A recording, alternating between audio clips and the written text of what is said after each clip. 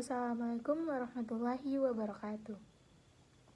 Perkenalkan, nama saya Fauzia Wahyuni, NIM 20233030, Prodi Manajemen Pajak.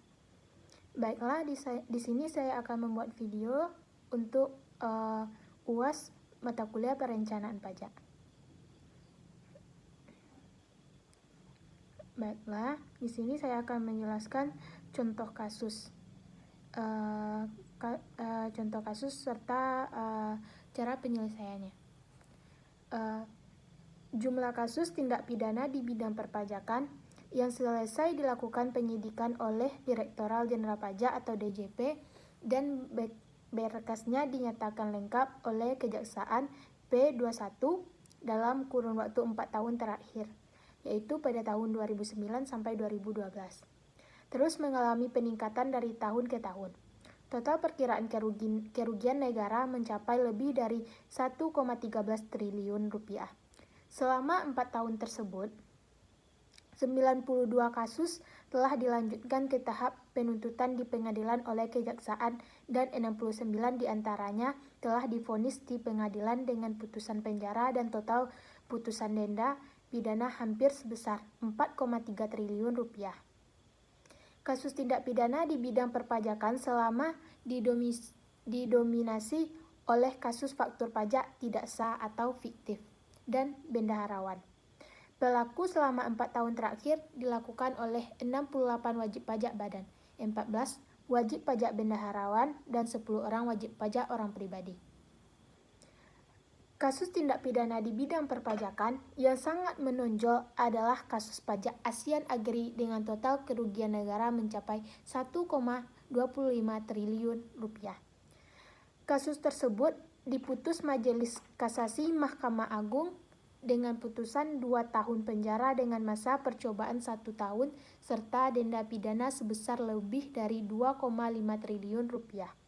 Kasus Asian Agri yang awalnya diputus bebas oleh Pengadilan Negeri Jakarta Pusat dan dikuatkan oleh putusan Pengadilan Tinggi Jakarta Pusat sebelum akhirnya dibatalkan dengan putusan Kasasi Mahkamah Agung.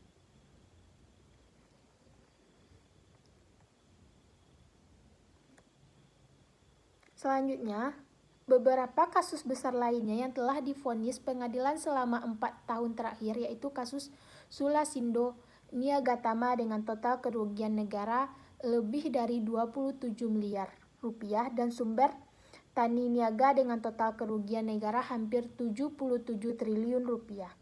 Kasus Sulasindo Niagatama divonis pengadilan 2 tahun penjara dan didenda pidana sebesar 336 miliar rupiah. Sedangkan kasus Sumber Tani Niaga divonis pengadilan 2 tahun penjara dan denda pidana sebesar lebih dari 306 miliar rupiah.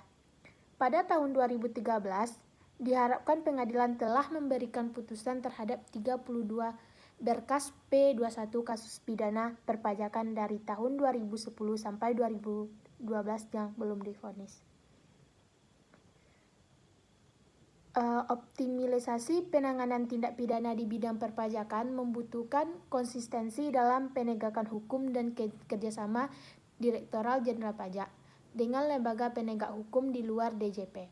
Untuk mencapai kondisi tersebut, selain menetapkan rencana strategis yang akan dicapai, Direktorat Jenderal Pajak telah menandatangani nota kesepahaman atau Memorandum of Understanding dengan lembaga penegak hukum di luar Direktorat Jenderal Pajak, yaitu Kepolisian Republik Indonesia atau Polri dan Kejaksaan Agung meliputi kerjasama penyelidikan pajak, pengamanan kegiatan dan pelaksanaan tugas Direktorat Jenderal Pajak, pemanfaatan data dan informasi untuk meningkatkan kepatuhan dan penerimaan pajak, kerjasama dalam proses penindakan dan penuntutan perkara tindak pidana di bidang perpajakan dan kerjasama dalam pelaksanaan tugas di bidang perdata dan tata usaha negara.